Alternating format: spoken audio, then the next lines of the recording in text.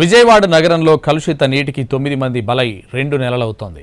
ఎర్రటి నీరు, దుర్వాసనతో ఉన్న నీటిని తాగి డయేరియా బారిన పడి మరణించారు.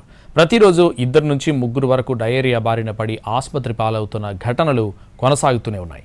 అయినా అక్కడి నీటి పైప్ లైన్లు బాగుపడలేదు. అధికారులు హడావిడి చేసి వదిలేశారు. కలుషిత నీరు తాగి రోగాల బారిన పడటం ఎన్టీఆర్ జిల్లా ప్రజలకు ఆందోళన గురిచేసింది. మున్సిపల్ ట్యాప్ వాటర్ తాగితే ఖచ్చితంగా ఆసుపత్రి పాలు కావాల్సిందే అన్న పరిస్థితి వచ్చింది.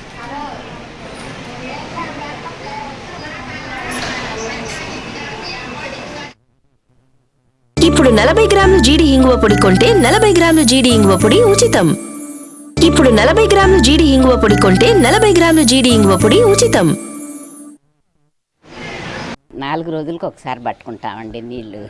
4-3 బిందులు అస్సలు రావట్లే. ఒకరోజు ఏమిటయ్యా మాకు నీళ్ళు రావట్లేదని ఫోన్ చేసి అడిగా. అబ్బాయి నంబరు పేరు రాసి ఉంచుకుంటా. నేను కార్పొరేషన్లో బిల్లు కట్టట్లేదా మీకు, ఎందుకే ఎవరి పైనుండి నీళ్లు రావట్లేదని దిగి రావట్లేదు, నాకు ఒక్కలైనా ఎందుకే అని అంటే మా వాడు ఇటు తిప్పాడు, చూస్తూ ఉండండి అన్నాడు. తెల్లారి నుంచి వస్తాను, కొంచెం పౌడర్ ఏదో కలిపినట్టుగా వస్తున్నాయి. అప్పుడు బాగా మురుకులు వచ్చేసేవండి. మురుకులు వచ్చేసి బాగుండేవి కాదు. వాడుకోవడానికి బాత్రూమ్కి, స్నానానికి అవి తెచ్చుకునే వాళ్ళము. మిల్లర్ వాటర్ తెచ్చుకునేవాము. ఇప్పుడు ఏడు నీళ్ళు కాసుకొని ఇంకా ఇచ్చేసాం. ఇప్పుడు పర్వాలేదు, కొంచెం లైట్గా మురుకులు వస్తున్నాయి, కొంచెం పసరుగా వస్తుంది. ఆ తర్వాత బాగా తెల్లగా వస్తుంది. ఇప్పుడు వచ్చి కాసుకొని తాగుతున్నాం.